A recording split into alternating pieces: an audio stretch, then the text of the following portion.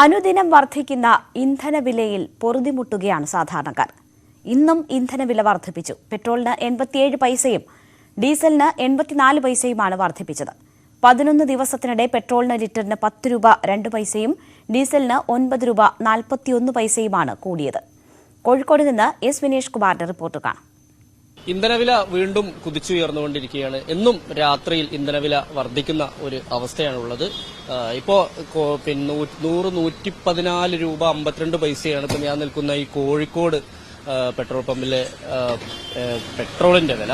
101 രൂപ 51 പൈസയാണ് ഡീസലിന് വില. ഇങ്ങനെയാണ് വില വർദ്ധിച്ചുകൊണ്ടിരിക്കുന്നത്. നമുക്ക് എന്തായാലും ഇതുമായി ബന്ധപ്പെട്ടുകൊണ്ട് ഈ ആളുകളുടെ പ്രതികരണത്തിലേക്ക് പോവാം. ഇന്ധനവില കൂടി എന്ന് പറഞ്ഞാൽ രണ്ട് സർക്കാരിന് കച്ചി വായിപ്പിക്കുക, അത് തന്നെ. അല്ലാതെ ജനങ്ങൾക്ക് യാതൊരു രക്ഷയില്ല. കേരള ജനജീവിതത്തിന് കേരള സർക്കാർ നമ്മൾ ചാനലിൽ കാണുന്നതല്ലേ, ഓരോരുത്തരുടെ കാര്യത്തിന് ഓരോരുത്തരെ പറയും, അത് തന്നെ. ഇവിടെ ജനങ്ങള് എന്താ ചെയ്യുക? ഇനിയിപ്പോ ശ്രീലങ്കന്റെ മാതിരി നമ്മളും തെരുവിൽ ഇറങ്ങേണ്ടി വരും. ഗവൺമെന്റിന് സെൻട്രൽ ഗവൺമെന്റ് ആയാലും സ്റ്റേറ്റ് ഗവൺമെന്റ് ആരും പറഞ്ഞിട്ടൊന്നും കാര്യമില്ല. കാരണം വെച്ചാൽ ഇതിനെ പറ്റിയിട്ട് ഒരു മുൻകരുതൽ എടുക്കാനോ അല്ലെങ്കിൽ അതിനെക്കുറിച്ച്, അതായത് ഇത് പഠിക്കുക എന്ന് പറഞ്ഞിട്ടുണ്ടെങ്കിൽ ജനങ്ങളെ കണ്ടുപിടി പെട്ടെന്നൊരു 100 രൂപ കിട്ടുക, പിന്നീട് താഴെ കുറയ്ക്കുക. ഇതാവാത്ത പണിക്ക് നിൽക്കരുത്.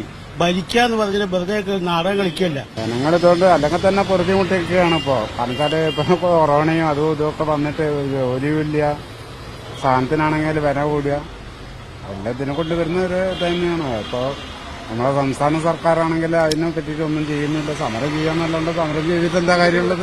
അവസ്ഥ വളരെ കഷ്ടപ്പാടില്ല, ഒരു രക്ഷയില്ല. പൈസ വാടക കൂട്ടി കൊടുത്താൽ മതി, കിട്ടുകയില്ല. ഇങ്ങനെ കൂടിപ്പോയി കഴിഞ്ഞാല് പട്ടിണിയാവും.